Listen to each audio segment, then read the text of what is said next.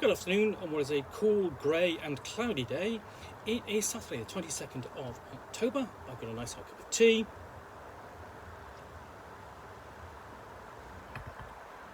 And a box to finish unboxing. So, been through here numerous times. So far I have dug out this, which is the Rogue Trooper role-playing game, which you need the Judge Dredd and World of 2000 AD role-playing game to play. I've already done an unboxing of that. Similarly, I've done an unboxing of the Strontium Dog role-playing game. Again, needs the Judge Dredd World of 2000 AD role-playing game rules to play. Both are really very good if you are fans of either setting from 2000 AD. And then, of course, I've got copies of the Judge Dredd role-playing game itself, which is actually quite decent, lots of information in there. But what I've got down here in the bottom of the box is, to move this out of the way, is this large bundle. Now this large bundle is of books for Space 1889, and this is the Ubiquity version, published by, let's have a look, Clockwork Publishing, and distributed in English by Medieval Entertainment. Clockwork Publishing, they did the, essentially they're a German publisher, and they published a new edition of Space 1889 in both German and English.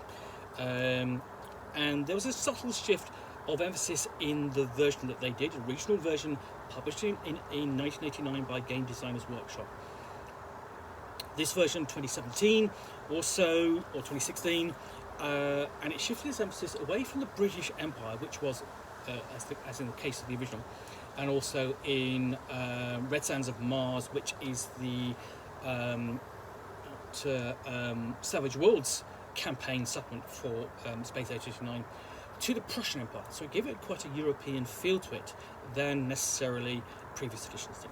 But so far I have looked at On the Trail of the Gods, The Fate of Nanganaya, Nocturne in the City of Lights, City in the Centre of the Earth, Thunders of Venus, the Ether Calculator,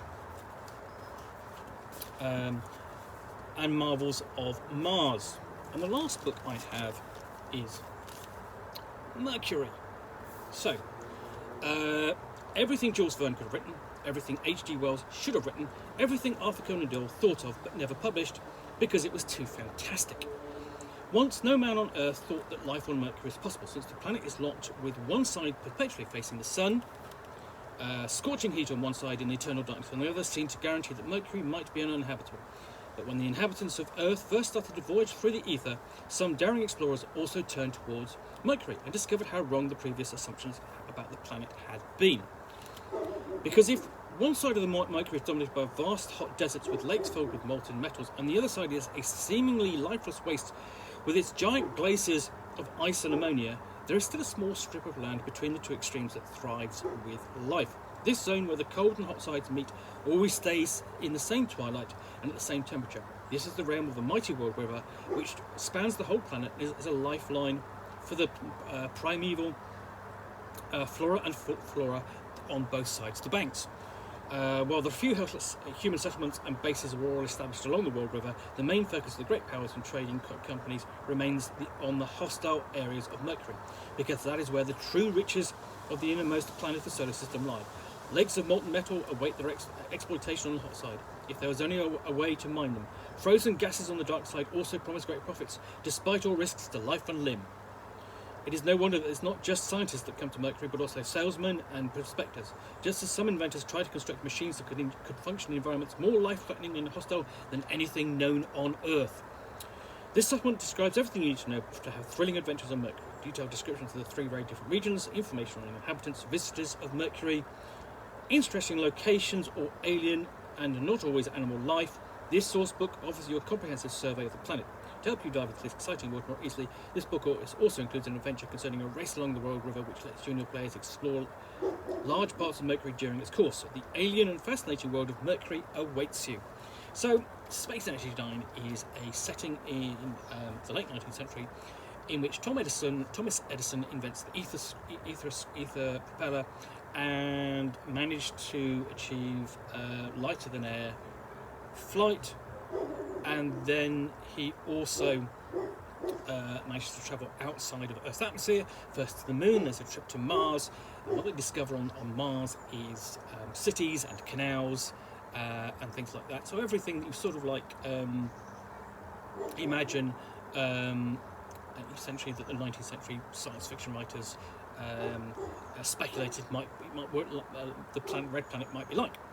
Of course, all the great powers went brilliant. We'll go and send representatives and militaries, and we'll set up colonies and client states and so on.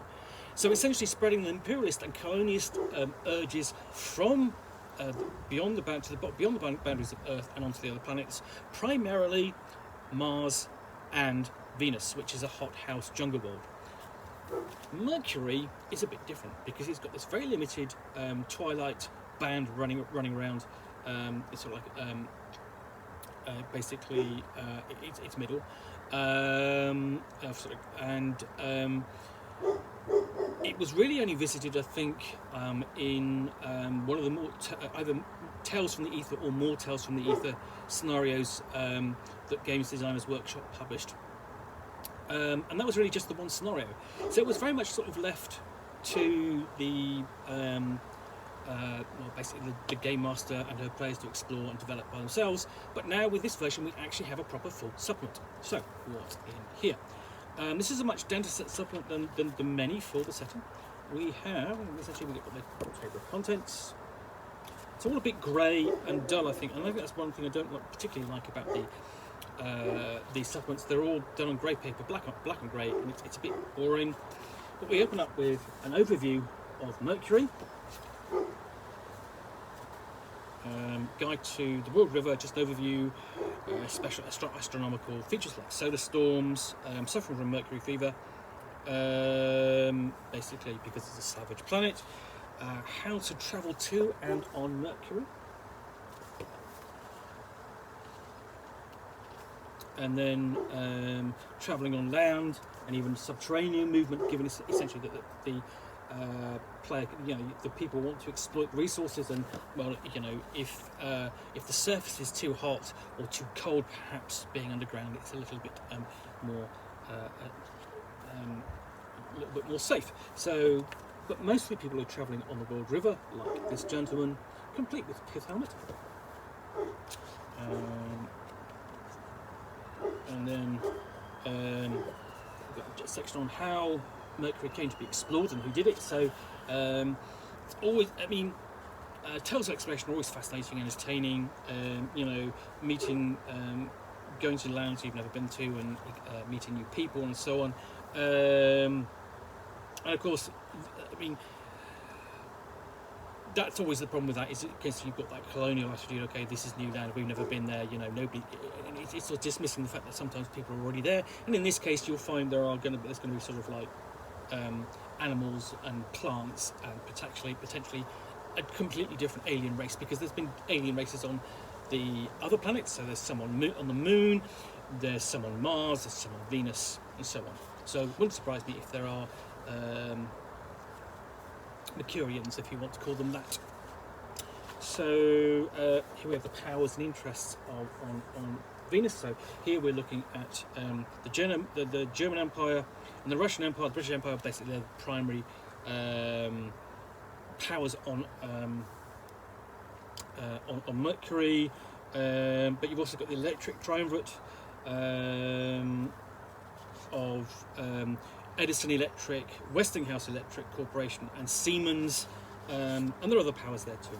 So first, let me delve into the twilight zone, the zone between the hot and cold zone, and its terrain, and discussions of the riverbanks, heatwoods, and then coldwoods. So both sides of the bank.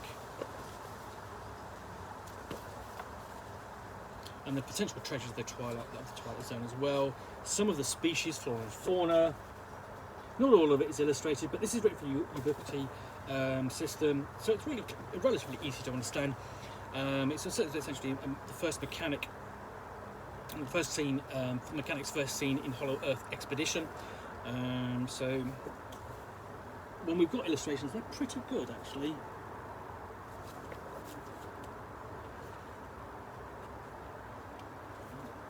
So things like the gliding snake and the floating jellyfish and the sailback ammonite. And there's always a sort of like there's a rougher, nastier edge to the flora and fauna. It's absolutely always more of a threat. Then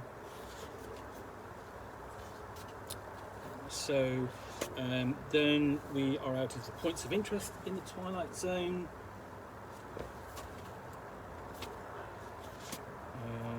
Including Princess Christina Station, which is the main settlement, and that includes, we've got that. That's not particularly good map. Obviously, probably going to be better in colour in the PDF, because I think that's essentially one of the problems of the book, is that that's what's happened.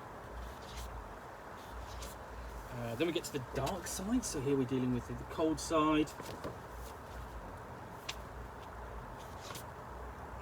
And things like the Stairs of the God and Kelvin's Land, which is an incredibly appropriate title for Lord Kelvin, and basically the inventor or the coiner of 0 degrees Kelvin, flora and fauna of the dark side. And that's going to be quite different, because obviously it's got to adapt to the hostile environment. So the snow spider, Fenrir worm, Jotun ice worm, all very Nordic.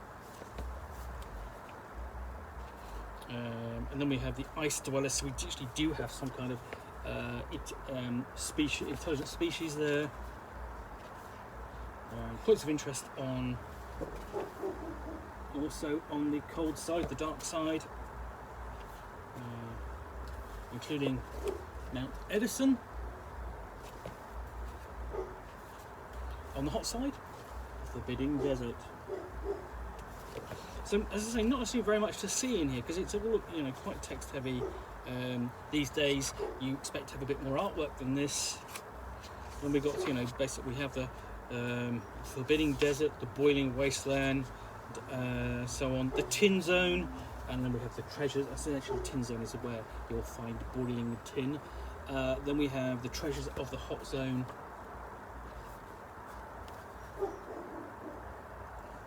Flora and fauna of the hot side, like razor vines, mirror drop, black stingers, sadly not illustrated. Then we've got the Moor Beast. I think that's a Moor Beast. That is illustrated. That's quite nice. Then a lens floater. Literally, that's I quite like that. Sort of like like almost like a floating jellyfish with a sort of like, instead of stingers, it's got sort of like a lens in the middle of it, which focuses the energy of the sun. Points of interest include there is a penal colony in the hot zone. It's got and then Journey in the World River. We have this is the adventure. So actually, adventure stuff is quite lengthy for us. Essentially, that's the information bit. Then we've got the start of the adventure. And this is essentially the adventure is designed to enable your party of players to circumvent Mercury during a race and voyage into the areas which have been presented in the book, tap resources, test artifacts, and meet new people. Excuse me. We have the competitors. We've got some fun NPC thumbnails like Walter Friedrich von Bomsdorf, Prussian Major General, retired.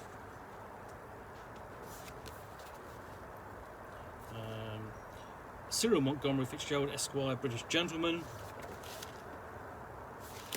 so on, and then travel times, and essentially we've got the importance of the use of zeppelins, because that's always another method of use. The Germans tend to favour zeppelins as their form of travel, and then we've got maps of the race route. This appears to be the only map in the book I've seen so far, which is a bit disappointing. And you essentially, the players are expected to sort of like be their own expedition on this trip, and the other two, there are competitions. So there's advice throughout on handling the competition.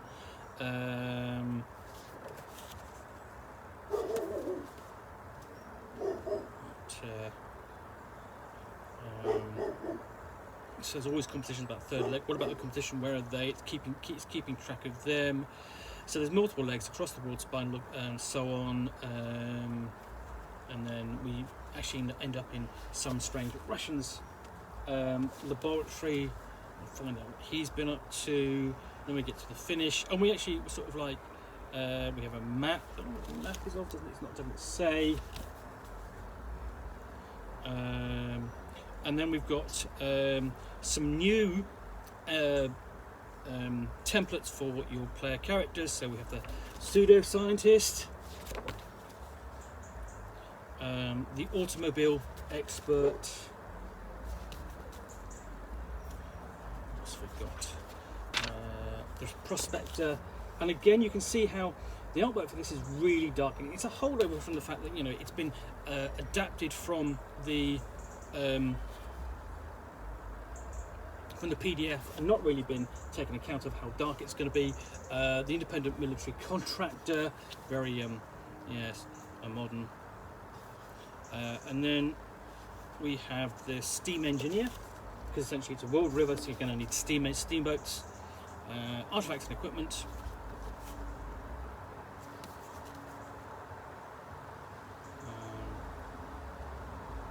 So on. So yeah, this quite a really good book on Mercury. Quite impressed by this one. Don't necessarily like the look of it, in that it's often too dark, and a bit grey, and of course we've got the index. So yeah, that is. We actually do have some maps. I don't know whether, again, they're too dark to be really of any great use. Not very clear. So yeah, but anyway, that's the Mercury source book for Space 1889. Worth tracking down if you really like the alternate science fiction of the 19th century. The Ubiquity system is very playable, and there's lots of adventures and stuff for it. And you'll find other content as well. But yeah, that's the Mercury supplement. It's probably the last one, I think possibly the last supplement I have for Space 1889. It's certainly in this edition. There's supposed to be another one coming out soon. But in the meantime, thank you very much for watching another unboxing in the Nook. If you've enjoyed this, then please do click on the like button down below. And of course, if you've got any comments or feedback, I appreciate you taking the time to post those. And lastly, if you want to see me out here, if you want to see me out here again with another box containing a book or game which I'll unbox and chat about to the best extent of my knowledge for roughly 10 minutes or so, all of course accompanied by a nice hot cup of tea, then please do hit that subscribe button down below. Thanks again for watching. We'll be back again soon with another unboxing in the Nook. Bye for now.